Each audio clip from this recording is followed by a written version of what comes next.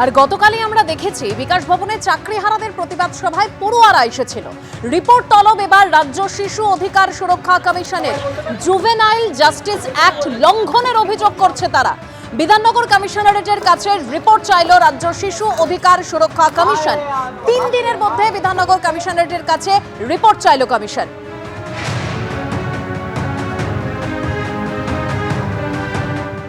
বিষয়টা হচ্ছে এখন তো সোশ্যাল মিডিয়ার যুগ।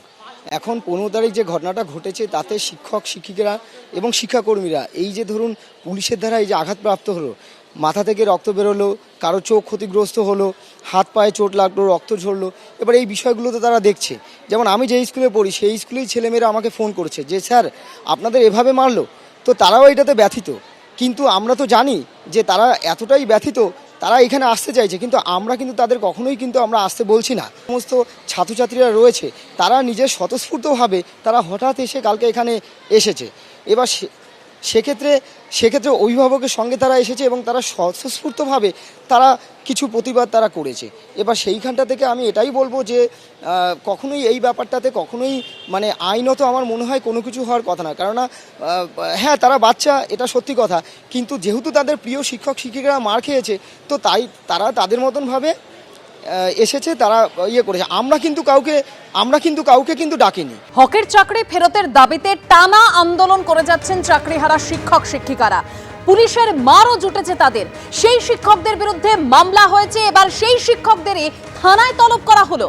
হাজিরা না দিলে গ্রেপ্তারেরও হুঁশিয়ারি দিয়েছে পুলিশ। হাজিরা না দিলে গ্রেপ্তার পর্যন্ত করা হতে পারে, এরকমই নোটিশে উল্লেখ করা হয়েছে। আরো তথ্য আপনাদের সামনে রাখবো এবং এই নোটিশের পর চাকরিহারা শিক্ষক শিক্ষিকারা তারা কি বলছেন সেই তথ্য আপনাদের সামনে রাখবো। দুজন প্রতিনিধি আমার সঙ্গে রয়েছেন, একদিকে পার্থপ্রতিম ঘোষ, অন্যদিকে ঐশী মুখোপাধ্যায়। ঐশী, তোমার কাছে আসছি, তার আগে পার্থ। আর দেখো, ইতিমধ্যে তুমি জানো যে গত বৃহস্পতিবার দিনকে বিকাশ ভবনে যে পরিস্থিতি হয়েছিল তার পরবর্তীকালে পুলিশ একটি স্বতঃপ্রণোদিতভাবে মামলা রুজু করে এবং সেই মামলায় পুলিশ যে বিষয়ে উল্লেখ করে সরকারি কর্মীরা অর্থাৎ পুলিশ কর্মীরা যখন কাজে ছিলেন তাদেরকে মারধর করা হয়েছে, সরকারি সম্পত্তি ভাঙা হয়েছে, কর্মীদেরকে হুমকি দেওয়া হয়েছে, তাদেরকে আটকে রাখা হয়েছিল। এইরকম একাধিক বিষয়ে প্রায় 15টি ধারা, তার মধ্যে 14টি হচ্ছে ভারতীয় ন্যায় সংহিতার ধারা এবং একটি হচ্ছে পিডিপিপি অ্যাক্টে পুলিশ মামলা রুজু করে। এর মধ্যে জামিন অযোগ্য ধারাও রয়েছে। এই যে মামলা রুজু হয়, সেই মামলা রুজু করার পর পুলিশের তরফ থেকে দাবি করা হচ্ছে বলে এর আগেই জানিয়েছিলাম যে ভিডিও ফুটেজ খতিয়ে দেখে পুলিশের তরফ থেকে বলা হচ্ছে এই গন্ডগোলের সঙ্গে যারা যুক্ত রয়েছে তাদেরকে চিহ্নিতকরণের কাজ চলছে এবং সেইটার পর পুলিশ ইতিমধ্যে জানাচ্ছে যে এমন প্রায় 15 জনকে তারা চিহ্নিত করেছে এবং ধাপে ধাপে তাদেরকে নোটিশ যাচ্ছে এবং সেই নোটিশে তাদেরকে থানায় ডাকা হচ্ছে হাজিরা দেওয়ার জন্য। তার মধ্যে আমরা কিছুক্ষণ আগে জানতে পেরেছি যে এই যে আন্দোলন, চাকরিহারা শিক্ষকরা রাস্তায় যে দীর্ঘদিন ধরে যে আন্দোলন করছে, সেই আন্দোলনে অন্যতম একটি মুখ মেহবুব মণ্ডল, যিনি হচ্ছেন নানা সময় সংবাদ মাধ্যমের সামনে আসেন, কোন কোন কর্মসূচি রয়েছে সেই কর্মসূচিগুলো জানান। সেই মেহবুব মণ্ডলকেও কিন্তু থানায় ডাকা হয়েছে, ওনাকে কালকে থানায় ডাকা হয়েছে এবং তলব করা হয়েছে। এই যে নোটিশটা, সেই নোটিশটা হচ্ছে ভারতীয় ন্যায় সংহিতা 35 সাবসেকশন 3-তে সেই নোটিশ দেওয়া হয়েছে।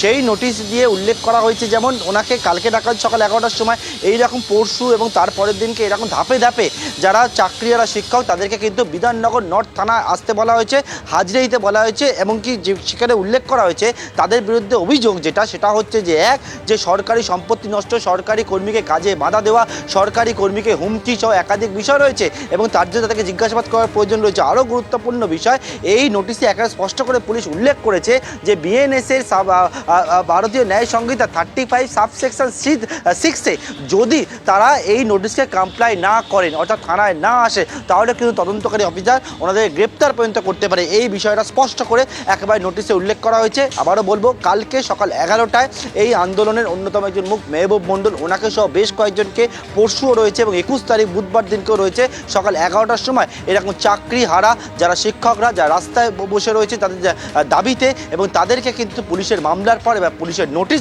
এবং থানায় হাজিরা হওয়ার জন্য নির্দেশ দেওয়া হয়েছে। বিধাননগর নর্থ থানার তদন্তকারী অফিসারের তরফ থেকে সেই নোটিশ ইতিমধ্যে তাদের কাছে পৌঁছেছে। একেবারে পার্থ, তুমি আমাদের সঙ্গে থাকো। যে শিক্ষকরা মার খেলেন তাদের বিরুদ্ধে মামলা, সরকারি সম্পত্তি নষ্ট, সরকারি কর্মীদের মারধর সহ একাধিক অভিযোগ রয়েছে। সেক্ষেত্রে জিজ্ঞাসাবাদের প্রয়োজন। যদি তারা থানায় হাজিরা না দেন সেক্ষেত্রে গ্রেপ্তার পর্যন্ত করা হতে পারে। কি বলছেন চাকরিহারা শিক্ষক শিক্ষিকারা? ঐশী। একেবারে দেবস্মিতা, চাকরিহারা শিক্ষকদের আন্দোলনের অন্যতম মুখ মেহবুব মণ্ডলকে তলব করা হয়েছে আগামীকাল সকালবেলায়। আমাদের সঙ্গে এই মুহূর্তে রয়েছেন তিনি, তাকে জিজ্ঞেস করব যে আপনারা যদি কমপ্লাই না করেন তাহলে গ্রেপ্তারিও করা যেতে পারে, এমনটা বলে দেওয়া হয়েছে নোটিশে উল্লেখ করে। দিলে আর হবে না, এই জন্য যদি কমপ্লাই না করেন তাহলে গ্রেপ্তারিও করা হবে, এমনটা নোটিশে উল্লেখ। এত হুইপ জারি করা হয়েছে, হুমকি দেওয়া হয়েছে। না আমাদের লিগ্যাল অ্যাডভাইজার যেটা বলবে সেটাই হবে, আলাদা করে কিছু নয়। এক, দ্বিতীয় হচ্ছে ওই যে যাওয়া না গেলে, না যদি যাই তাহলে পরে অ্যারেস্ট করা হবে। আবার এটাও ঠিক, যদি যাই তাহলেও যে অ্যারেস্ট করা হবে না, এটাও তো ঠিক না। একদমই তাই, একাধিক একদম আশঙ্কা কি, এটাই তো সত্যি, এটাই তো হয়ে এসেছে এতদিন। না আমাদের যে আইনজীবী আছেন তাদের সঙ্গে কথাবার্তা চলছে, তারা যে মানে রুলস আমাদেরকে দেখাবে, নিয়ম বলবেন, সেই অনুযায়ী আমরা কাজ করব। সরকারি সম্পত্তি ভাঙচুর, সরকারি কর্মীদেরকে আটকে রাখা, হুমকি দেওয়া, একাধিক বিষয়কে কেন্দ্র করে একাধিক অভিযোগকে সামনে রেখে আপনাদের বিরুদ্ধে। এবং সরকারি কর্মচারীদের আটকে দেওয়া, এই যে কথাগুলো বলেছে, আমরা কি তার মানে সরকারি কর্মচারী নই? আমরা কি সরকারি কর্মচারী নই? তাহলে আমরাও সরকারি কর্মচারী, মানে সরকার তার মানে এখন থেকেই আমাদেরকে সরকারি কর্মচারী ভাবছে না, অথচ তার দুর্নীতির কারণে আমাদের এই ঘটনা ঘটলো। আমরা কিন্তু এখনো পর্যন্ত আমাদের যে আন্দোলনের যে একটা বড় পর্যায়, সেটাই যাইনি, এখনো বড় পর্যায়ে আমরা এখনো যাইনি। এই মামলা দেখুন, সরকারি কর্মচারীদের ঢাল করে সরকারি কর্মচারীদের বিরুদ্ধে সরকারি কর্মচারীদেরকে লেলিয়ে দেওয়া হচ্ছে এক কথায়, এবং একটা সিনারিও তৈরি করা হচ্ছে সোসাইটিতে যে এরা আসলে টিচার হওয়ার যোগ্যই নয়। এবং যে প্রশ্নটা আগের দিন একজন স্টুডিওতেও তুলেছেন, একজন শাসক দলের প্রতিনিধি তুলেছেন, তো এইগুলো ক্যাম্পেনিংগুলো করা হচ্ছে যাতে আন্দোলনটাকে শেষ করে দেওয়া যায়। আন্দোলনটাকে সম্পূর্ণ শেষ করে দেওয়ার জন্য এই বিভিন্ন রকমের পরিকল্পনা ধাপে ধাপে ধাপে ধাপে সাজানো হয়েছে। হ্যাঁ, আমরা প্রথমে তো লয়ারের সাথে আলোচনা করব, এক নম্বর কথা। দ্বিতীয় নম্বর হচ্ছে একটা নোটিশ পাঠানোর তো একটা নিয়ম থাকে, নোটিশ পাঠালো। দেখুন, যখন মার ছিল তখন তো নিয়ম ছিল না, কার রেটিনা ক্ষতিগ্রস্ত হয়েছে, কারো পা ক্ষতিগ্রস্ত, কারো মাথা ক্ষতিগ্রস্ত হয়েছে, কারো মানে হার্ট অ্যাটাক, স্ট্রোক হয়ে গেছে। তো এত কিছু ঘটনা যখন ঘটছিল তখন তো এটা ছিল না। বলছেন আন্দোলনকে আক্রমণ করার জন্য তারা এরকমভাবে হামলা করছেন, এবং এইভাবেই যে তাদের বিরুদ্ধেই মামলা করা হয়েছে যারা আক্রান্ত হয়েছেন সেদিন পুলিশি হামলায়। এবং তারপরে মেহবুব মণ্ডলকে তলব, তিনি বললেন যে আইনজীবীর সঙ্গে পরামর্শ করে পরবর্তী পদক্ষেপ নেবেন। দেবস্মিতা, একেবারে ঐশী, আইনজীবীর সঙ্গে কথা বলেই তারা পরবর্তী পদক্ষেপ নেবেন, এরকমই জানাচ্ছেন চাকরিহারা শিক্ষক শিক্ষিকারা। কিন্তু তাদের বিরুদ্ধে যে মামলা হলো, তাদেরকে থানায় তলব করা হলো, নোটিশ পাঠানো হলো, এবং সেখানে উল্লেখ করা হলো যদি থানায় তারা হাজিরা না দেন তাদেরকে গ্রেপ্তার করা হবে। এ নিয়ে বিরোধীরা কি বলছেন শুনুন। মমতা বন্দ্যোপাধ্যায়ের পুলিশ এর থেকে বেশি কিছু করতে পারবে না। মমতা বন্দ্যোপাধ্যায়ের পুলিশ বাংলার শিক্ষা ব্যবস্থাকে ভেঙে ফেলার জন্য মমতা বন্দ্যোপাধ্যায়ের নির্দেশে যা যা করার সেটাই করছে, এবং আমরা তো দেখতে পাচ্ছি।